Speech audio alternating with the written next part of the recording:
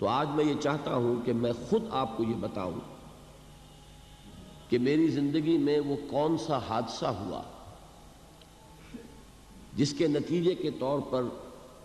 میں اپنا medical profession تج کر قرآن حکیم کے درس و تدریس یا دین کی دعوت و تبلیغ میں ہمتن لگ گیا. گویا کہ میں آج خود پہلے اپنا اور اپنے کام کا ایک تعارف آپ حضرات سے کرا رہا ہوں. میرے شعور کی سب سے زیریں اور تحتانی سطح پر یہ بات آپ نے کل محسوس کر لی ہوگی کہ سب سے گہرے نقوش علامہ اقبال مرحوم کی ملی شاعری کے ہیں. بالکل بچپن ہی سے میں ان کا کلام پڑھ رہا ہوں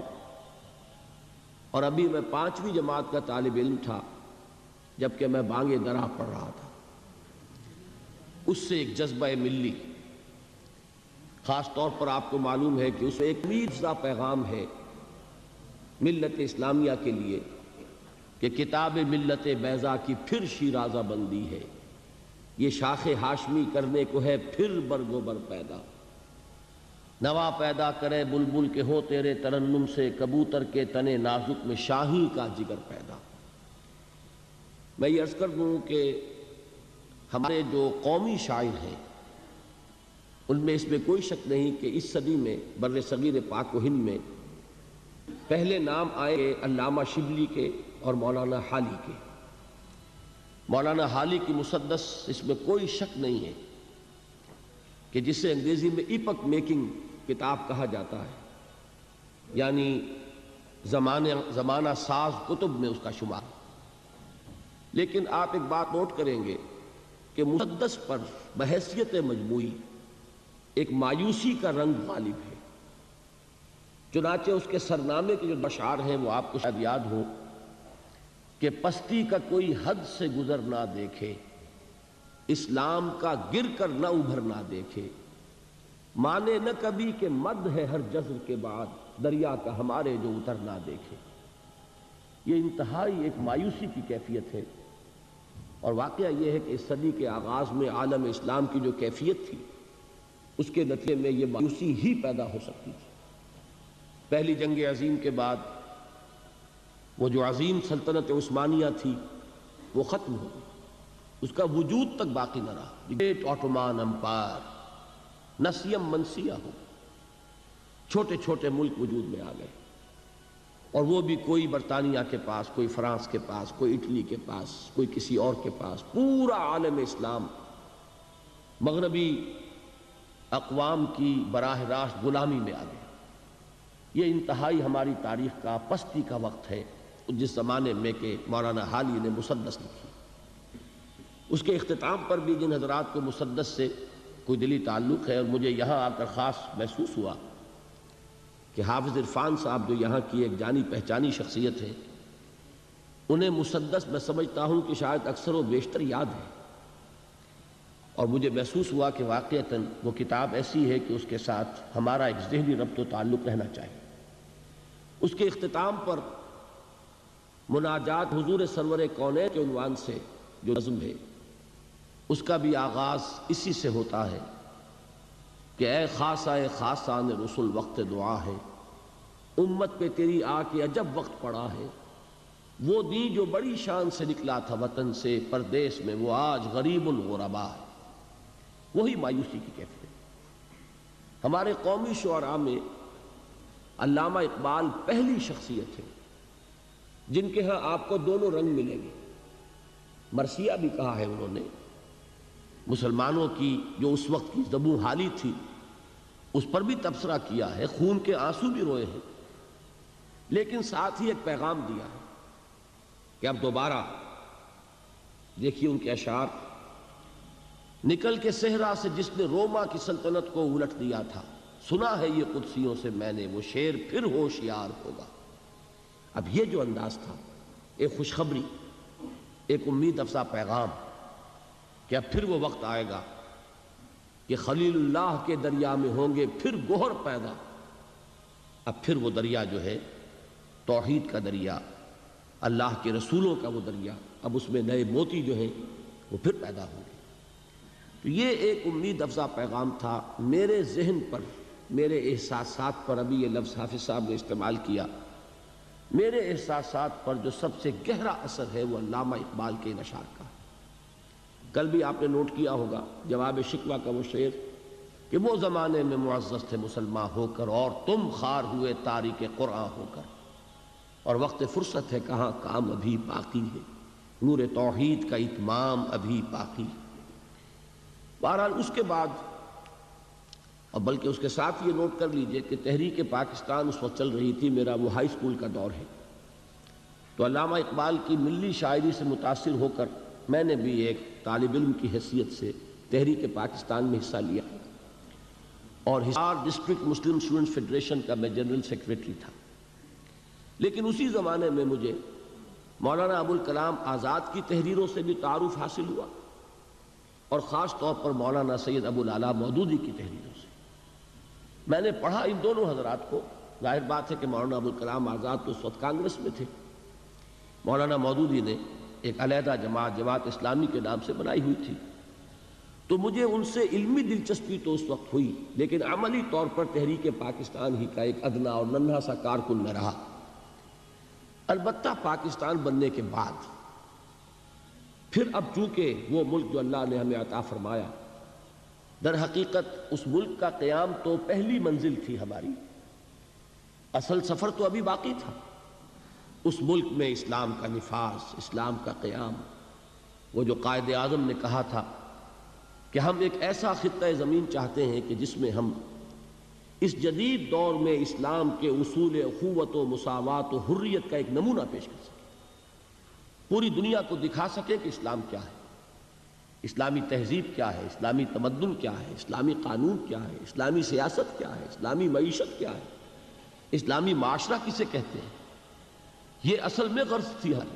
یہ مقصد تھا جس کے لیے پاکستان حاصل کیا گیا۔ حصول پاکستان تو در حقیقت اس سفر کی پہلی منزل تھی، لیکن یہ کہ محسوس ایسا ہوا کہ شاید ہم نے اس پہلی منزل ہی کو آخری منزل سمجھ لیا، اور ہم نے آزادی کے جو مادی فوائد تھے ان کو سمیٹنے پر کمر کس لی۔ دولت، شہرت، عزت، اقتدار،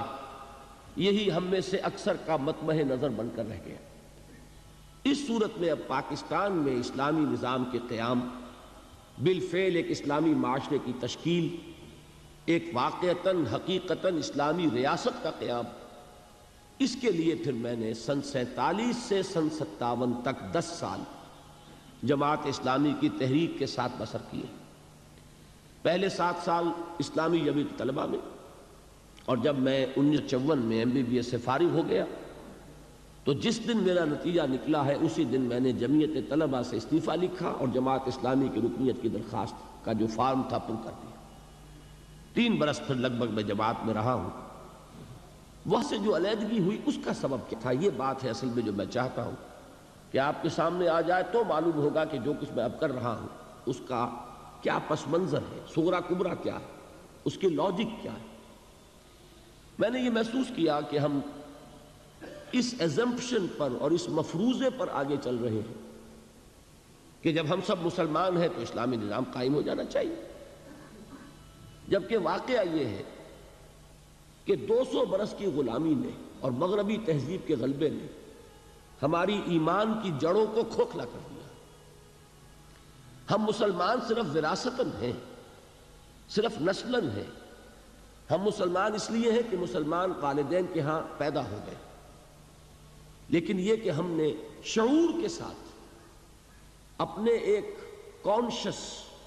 اور شعوری فیصلے کے طور پر اسلام کو قبول نہیں کیا۔ اور ایمان اگر ہم اپنے دلوں میں جھانکیں تو محسوس ہوگا کہ وہ صرف ایک ڈوگما ہے، ایک عقیدہ ہے، موروثی عقیدہ۔ اس ایمان کی ریئلائزیشن، اس کا شعور، وہ در حقیقت ہمیں حاصل نہیں، جس کا نام یقین کہا جائے گا، جس کو علامہ اقبال نے کہا ہے کہ یقین پیدا کرے ناداں، یقین سے ہاتھ آتی ہے وہ درویشی کہ جس کے سامنے جھکتی ہے فخوری۔ وہ یقین جب تک نہ ہو اس وقت تک اسلام پر عمل نہیں ہو سکتا۔ تو میں اس نتیجے پر پہنچا کہ محض اس نعرے کی بنیاد پر کہ ہم مسلمان ہیں، پاکستان میں اگر 95%، 96% لوگ مسلمان ہیں تو یہاں اسلام آنا چاہیے، یہ دلیل تو صحیح ہے، لیکن اس دلیل سے اسلام آئے گا کبھی نہیں۔ اس کے لیے دو چیزوں کی ضرورت ہے۔ پہلی چیز یہ کہ خاص طور پر جو پڑھا لکھا طبقہ، اور پڑھے لکھے سے میری مراد ہے جدید تعلیم یافتہ طبقہ، اس لیے کہ ہمارے ہاں تعلیم کے دو نظام چل رہے ہیں۔ ایک قدیم ہمارا دینی نظام تعلیم ہے،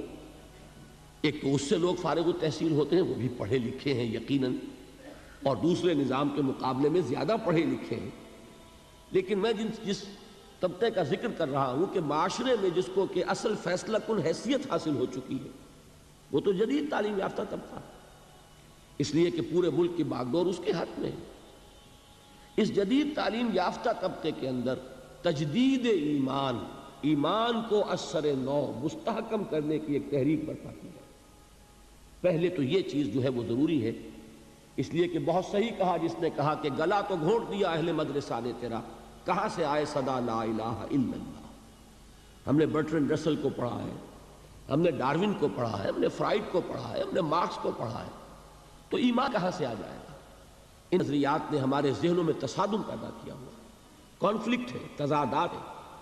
ہم کچھ مانتے کچھ اور ہیں، کرتے کچھ اور ہیں۔ اس کی وجہ یہی ہے کہ وہ ایمان کی حقیقت ہمیں حاصل نہیں۔ اس کے لیے خصوصاً جدید تعلیم یافتہ طبقے میں تجدید ایمان کی ایک تحریک۔ اب ظاہر بات ہے کہ تجدید ایمان کے لیے ہمارے پاس سورس کیا ہے، ایمان کہاں سے ملے گا؟ میں تفصیل کے ساتھ بھی انشاءاللہ ان ایام میں کسی موقع پر عرض کروں گا، اس وقت اجمالاً صرف چونکہ عرض کر رہا ہوں۔ تو میں جس نتیجے پر پہنچا وہ یہ کہ منبع ایمان اور سرچشمہ یقین قرآن حکیم ہے۔ مولانا ظفر علی خان کا بڑا پیارا شعر ہے، سادہ سا شعر ہے لیکن بڑی عظیم حقیقت کو لیے ہوئے، کہ وہ جنس نہیں ایمان جسے لے آئیں دکان فلسفہ سے، ڈھونڈے سے ملے گی عاقل کو قرآن کے سی پارا۔ قرآن وہ نور ہے کہ جو اندھیروں سے نکال کر روشنی میں لاتا ہے۔ اندھیرے کون سے ہیں؟ کفر کا اندھیرا، شرک کا اندھیرا، الحاد کا اندھیرا، مادہ پرستی کا اندھیرا، یہ تمام اندھیرے ہیں۔ سورہ حدید میں فرمایا گیا هو الذی ينزل على عبده آیات بینات لیخرجکم من الظلمات الى النور وان اللہ بکم لرؤوف الرحیم۔ وہی ہے اللہ جو اپنے بندے پر صلی اللہ علیہ وسلم یہ آیات بینات نازل فرما رہا ہے تاکہ وہ ان کے ذریعے سے تمہیں اندھیروں سے نکال کر روشنی میں لائے۔ تو یہ جو ظلمات ہیں، کفر اور شرک اور الحاد اور مادہ پرستی، ان کے اندھیروں سے نکالنے والی کوئی چیز ہے تو وہ قرآن مجید کا نور۔ تو پہلا فیصلہ میرا یہ ہوا کہ مجھے اپنی توانائیاں، اپنی قوتیں، اپنی صلاحیتیں جو بھی اللہ نے عطا فرمائی ہیں، ظاہر بات ہے لا یکلف اللہ نفسا الا وسعها، اللہ تعالیٰ نے ہر انسان کو جو بھی صلاحیتیں اسے عطا فرمائی ہیں اسی کے مطابق مکلف ٹھہرایا۔ جس میں جتنی استعداد ہے اتنا ہی وہ ذمہ دار ہے، اتنا ہی جواب دہ ہوگا۔ زیادہ استعداد ہے زیادہ جواب دہی ہوگی، کم استعداد ہے کم محاسبہ ہوگا، یہ اللہ تعالیٰ کا قانون ہے۔ تو بہرحال جو بھی کچھ تھوڑی بہت حقیر سی جو بھی صلاحیت ہے، استعداد ہے، اس کا اولین مصرف ہوگا وہ جو میں نے کل حدیث نبوی کے حوالے سے آپ کے سامنے رکھا تھا کہ حضرت عثمان بن عفان رضی اللہ تعالی عنہ ذو النورین وہ فرماتے ہیں کہ حضور نے ارشاد فرمایا صلی اللہ علیہ وسلم خیرکم من تعلم القرآن وعلمہ، تم میں سے بہترین لوگ وہ ہیں جو قرآن سیکھیں اور سکھائیں، قرآن کا علم حاصل کریں اور اسے دوسروں تک پہنچائیں۔ تو پہلی بات میں نے یہ طے کی، کون شخص چاہے گا کہ وہ اچھے سے اچھے کیریئر کو اڈاپٹ نہ کرے؟ ہر شخص یہی چاہتا ہے بہتر سے بہتر کیریئر اسے ملے، لہذا جب سب سے بہتر کیریئر یہ ہے خیرکم من تعلم القرآن وعلمہ، اور یہ کس کا فرمان ہے؟ الصادق المصدوق، جو سچے ہیں، جن کی سچائی کی گواہی اللہ نے دی۔ تو انہوں نے فرمایا کہ بہترین کیریئر یہ ہے، تو میں نے طے کیا کہ جہاں تک طبابت کا معاملہ ہے، میڈیکل پروفیشن ہے، مجھ سے کہیں زیادہ ماہر اطباء اور معالج موجود ہیں۔ یہ کام ایسا نہیں ہے کہ اس کی کوئی کمی واقع ہو جائے گی اگر میں نے اپنی توانائیوں میں اب میں نے اللہ کی اس کتاب کے لیے وقت نکالنا شروع کر دیا تو بہتر سے بہتر معالجین موجود ہیں، مجھ سے بہت بہتر، بہت اعلیٰ کوالیفائڈ لوگ، لیکن واقعہ یہ ہے کہ اس دور میں ایک خلیج جو پیدا ہو چکی ہے ہمارے معاشرے میں، کہ ایک طرف رجال دین ہیں جو دینی درسگاہوں سے پڑھ کر نکلتے ہیں، ایک طرف جدید یونیورسٹیوں سے اور کالجز سے پڑھ کر لوگ نکلتے ہیں، ان دونوں کے مابین کمیونیکیشن نہیں ہے۔ علماء علم کے پہاڑ ہیں، لیکن جدید تعلیم یافتہ لوگوں سے ان کے ذہنی سطح پر گفتگو نہیں کر سکتے، وہ اپنی اصطلاحات میں کلام کرتے ہیں، اور وہ اصطلاحات جو ہے جدید تعلیم یافتہ لوگوں کے چونکہ علم میں نہیں ہے، لہذا ان تک وہ بات پہنچتی نہیں۔ میں ایک مثال دیا کرتا ہوں کہ جیسے تربیلا ڈیم ہے، منگلا ڈیم ہے، کتنا پانی ہے، لیکن وہ پانی بیکار ہے جب تک کہ وہ ڈسٹریبیوشن چینل جو ہے پانی کی تقسیم کے لیے نہروں کا جو نظام ہے، جب تک کہ وہ نہروں سے ہو کر راجباہوں سے ہو کر زمین پر پانی نہیں پہنچے گا، تربیلا ڈیم میں کھڑا ہوا وہ پانی کو فائدہ نہیں پہنچائے گا۔ تو اس وقت صورت یہ ہو چکی ہے کہ علماء کرام علم کے ڈیم ہیں، بہت بڑے بڑے ڈیم، ان کے پاس وہ تمام علوم موجود ہیں، کتاب اللہ، سنت رسول، اور پھر ہماری فقہ، اس کا سارا علم موجود ہے، لیکن وہ جو ڈسٹریبیوشن چینلز کا کام ہے وہ نہیں ہو پا رہا، ایک گیپ آف کمیونیکیشن۔ تو اگر اللہ تعالیٰ نے مجھے کوئی صلاحیت ایسی عطا فرمائی ہے، چونکہ میں ان میں سے ہوں، جدید تعلیم یافتہ ماحول سے نکلا ہوں، میں ان کی اصطلاحات سے واقف ہوں، میں ان کے ذہنی اشکالات سے واقف ہوں، میں جانتا ہوں ان کا ذہن کہاں رکتا ہے، کس بات کا جواب چاہتا ہے، کس مسئلے کا حل چاہتا ہے۔ اس مسئلے کا جواب اگر ایک فتوے کی شکل میں دیا جائے وہ قابل قبول نہیں ہوگا جب تک کہ وہ سمجھایا نہ جائے، ان کی بولی میں، ان کی زبان میں، ان کی ٹرمینالوجی میں، ان کی اصطلاحات میں جب تک بات نہیں کی جائے گی، ابلاغ کا حق ادا نہیں ہوگا۔ اور یہ اللہ نے اگر مجھے صلاحیت عطا فرمائی ہے کہ یہ کام میں کر سکتا ہوں، تو ہر چیز کو تج کر مجھے اسی کام میں لگ جانا۔ دوسری بات جو مجھے ضروری محسوس ہوئی وہ یہ کہ ہمارے ہاں جو لوگ دیندار ہیں ان لوگوں میں بھی ایک بہت بڑی کمی ہے، وہ یہ کہ فرائض دینی کا ایک جامع تصور ان کے سامنے نہیں۔ وہ یہ جانتے ہیں کہ نماز فرض ہے، 5 وقتہ نماز ادا کرتے ہیں، وہ جانتے ہیں کہ رمضان کے روزے فرض ہیں، وہ جون کے روزے ہو، جولائی کے روزے ہو، وہ رکھیں گے، وہ جانتے ہیں کہ زکوٰۃ فرض ہے، وہ ادا کریں گے، لیکن اس سے آگے تصور کہ دین یہ چاہتا ہے کہ اسے غالب کیا جائے، اسے قائم کیا جائے، اسے نافذ کیا جائے، اسے ایک نظام زندگی کی حیثیت سے بالفعل برپا کیا جائے۔ دین اپنا غلبہ چاہتا ہے، دین صرف عبادات پر قانع ہونے کے لیے تیار نہیں ہے کہ مسجد میں تو اللہ تعالیٰ کو مان لیا جائے کہ سب سے بڑی قوت وہ ہے، لیکن پارلیمنٹ میں اس کو داخل بھی نہ ہونے دیا جائے، یہاں اللہ کی بات نہیں چلے گی، یہاں رسول کی بات نہیں چلے گی۔ یہ بات اگر ہے تو اس کا مطلب یہ کہ ہم نے دین کا ایک بڑا محدود سا تصور اپنے سامنے رکھا ہوا۔ ضرورت اس بات کی ہے کہ جن لوگوں کے اندر وہ مذہبی جذبہ موجود ہے انہیں یہ بتایا جائے کہ دین کے اصل تقاضے کیا ہیں، دین چاہتا کیا ہے، کیا ذمہ داریاں صرف نماز روزہ ادا کر کے پوری ہو جاتی ہیں، یا یہ کہ اس سے بیونڈ، اس سے ماورا بھی دین کا کوئی تقاضا ہے، اس کا مطالبہ ہے۔ اب اگر یہ چیز میں اپنی تقریر، اپنی تصنیف کے ذریعے لوگوں کے سامنے رکھوں تو اس کا وہ وزن نہیں ہوگا، لیکن اگر قرآن حکیم کے حوالے سے رکھوں کہ یہ ہے قرآن جو تم سے یہ چاہتا ہے، یہ ہے قرآن جس نے کہ تمہاری فرائض کا یہ تصور دیا ہے، تو ظاہر بات ہے کہ چونکہ ان کا تصور محدود ہو گیا ہے، لہذا وہ اس وقت ان کی ایکٹیویٹی محدود ہے، ان کا عمل بھی محدود ہے۔ اگر ان کا تصور فرائض دینی وسیع ہو جائے گا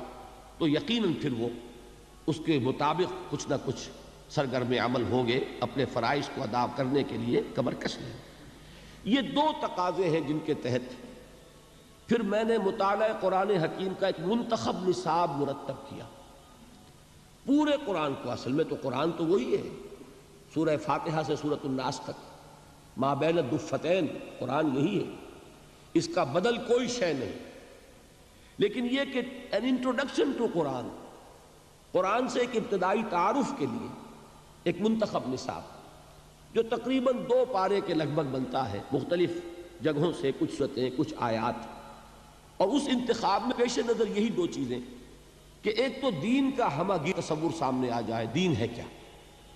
اور نمبر دو یہ کہ دین تقاضے سامنے آ جائیں، دین ہم سے چاہتا کیا ہے، دین کا مطالبہ کیا ہے۔ ایک شخص جو دعویٰ کرتا ہے کہ میں اسلام کو اپنے دین کی حیثیت سے قبول کرتا ہوں، تسلیم کرتا ہوں، اسے معلوم ہونا چاہیے کہ اس کے دینی فرائض کیا ہیں۔ ان دو مقاصد کو سامنے رکھ کر میں نے ایک منتخب نصاب مرتب کیا۔ اب یہ 20واں سال ہے میری زندگی میں۔ 1965 میں نے اس کام کا آغاز کیا تھا، لاہور میں حلقہ مطالعہ قرآن قائم کیے، قرآنک اسٹڈی سرکلز۔ اللہ تعالیٰ نے کچھ خلق کا رجوع جو ہے یہ اللہ کے فیصلے کے تحت ہوتا ہے، لوگوں کی توجہ ہوئی۔ میرے درس میں اتوار کی چھٹی ہوتی تھی پاکستان میں اس زمانے میں، تو اتوار کی صبح میرا ایک درس ہوتا تھا بڑا، ویسے شام کو ہفتے کا کوئی دن فارغ نہیں تھا، لیکن یہ ہے کہ بڑا درس مرکزی جو ہے وہ اتوار کی صبح کو ہوتا تھا، پہلے مسجد خضرا سمن آباد میں اور پھر مسجد شہداء جو مال روڈ پر ہے لاہور میں۔ 700 افراد اس درس میں شریک ہوتے تھے بڑی پابندی کے ساتھ۔ یہ 700 کا عدد اس لیے ایک مرتبہ معلوم ہوا کہ ایک کتاب ایک روز ہم نے تقسیم کی اس درس میں، تو معلوم ہوا کہ اس کے 700 نسخے اس وقت لگے، جو لوگ موجود تھے انہوں نے لیے۔ یہ سارا کام میں کر رہا تھا تنہا، نہ کوئی تنظیم، نہ کوئی جماعت، نہ کوئی ادارہ، بالکل اپنی ذاتی حیثیت۔ لیکن یہ کہ اس کے بعد جب ہم خیالوں کا ایک حلقہ پیدا ہو گیا، تو پھر 1972 میں یعنی 7 سال بعد پھر میں نے مرکزی انجمن خدام القرآن لاہور قائم کی۔ جو لوگ اس کام میں میرے ساتھ شریک ہونا چاہیں، ساتھی بننا چاہیں، اس لیے کہ اب اس کام کو آگے بڑھانے کے لیے پیسہ بھی درکار ہے، کتابیں چھپنی چاہیے، اور یہ کہ اس کام کو آگے بڑھانے کے لیے جو بھی مالی وسائل درکار ہیں وہ کسی فرد کا معاملہ ہوگا تو اس پر 100 طرح کی انگلیاں اٹھیں گی۔ ہو سکتا تھا اس سے پہلے میں نے اپنا دارالاشاعت قائم کیا ہوا تھا، لیکن یہ کہ میں نے اب انجمن کے تحت وہ سارا کام دے دیا تاکہ یہ کسی فرد کی ملکیت نہ ہو۔ میں آپ کو بتانا چاہتا ہوں کہ میری مطبوعاتیں، میرے کیسٹس سے 1 پیسے کی آمدنی مجھے نہیں، میرا اس سے کوئی تعلق نہیں۔ اول تو میری مطبوعات کا جہاں تک تعلق ہے، انجمن خدام القرآن نے بھی اپنا اس پر کوئی رائلٹی، اپنا کوئی حق تصنیف نہیں رکھا۔ کھلی اجازت ہے، جو شخص چاہے ان کو چھاپے، بیچے یا ویسے ہی تقسیم کرے، عام دین کی تبلیغ کے لیے ان کو ڈسٹریبیوٹ کرے، کھلی اجازت ہے، یہ ہمارے ہر کتابچے پہ لکھا ہوا ہوتا ہے۔ لیکن یہ کہ اس کے لیے بہرحال وسائل درکار تھے، تو مرکزی انجمن خدام القرآن قائم ہوئی 1972 میں۔ لیکن اس کے بعد ایک سوال پیدا ہوا کہ قرآن جو کچھ بتا رہا ہے، دین کے غلبے کی عملی جد و جہد، اب محض ایک انجمن سے تو کام نہیں چلے گا، اب ایک تنظیم درکار ہے، ایک جماعت درکار ہے، ایسے لوگوں کی جو اپنا تن من دھن اس کے لیے لگانے کے لیے تیار ہو جائے، جو اپنے آپ کو ڈسپلن میں دینے کے لیے تیار ہے، جو سمع و طاعت کے نظام میں آنے کو تیار ہے۔ تو اس کے لیے پھر 1975 میں تنظیم اسلامی ہم نے قائم کی۔ جب تک میں تنہا کام کر رہا تھا اس تک میرا مطلب بھی ساتھ کے ساتھ جاری تھا۔ وہ حسرت موہانی کا بڑا پیارا شعر ہے، کیا طرفہ طبیعت ہے، کیا طرفہ تماشا ہے، حسرت کی طبیعت بھی ہے، مشق سخن جاری اور چکی کی مشقت بھی۔ تو میں مطلب بھی کرتا تھا اور یہ کام بھی کر رہا تھا، درس قرآن بھی تھا، وثاق بھی شائع کر رہا تھا، دارالاشاعت بھی تھا۔ لیکن سن 71 کے حج کے موقع پر میں نے فیصلہ کیا، یہ فروری سن 71 کی بات ہے، کہ اب میری جتنی توانائیاں ہیں، جو قوتیں ہیں، جو صلاحیتیں ہیں، وہ اب ہمہ تن ہمہ وقت اسی کام کے لیے وقف رہیں گی۔ چنانچہ میں نے اپنے مطلب کو بند کیا، اور اس کے بعد سے اب تک میں نے پھر کوئی 1 منٹ بھی کسی معاشی جد و جہد میں صرف نہیں کیا۔ باقی یہ ہے کہ اللہ تعالیٰ صورت پیدا کرتا ہے، رزاق وہ ہے، اس نے آج تک کوئی تنگی نہیں آنے دی، کوئی میرے لیے مشکل مرحلہ نہیں آیا۔ اللہ تعالیٰ امتحان آزمائش سے بچا کر رکھے، اور آزمائے تو اس میں استقامت عطا فرمائے، کہ وہ بھی صرف اسی کی توفیق سے انسان کسی امتحان میں کامیاب ہو سکتا ہے۔ لیکن بہرحال سن 71 کے بعد سے یہ سن اب 85 ہے، یہ سمجھ لیجئے کہ 15واں سال ہے کہ میری توانائیاں، میرے اوقات، میری جو بھی صلاحیتیں ہیں حقیر سی اللہ کی عطا کردہ، وہ سب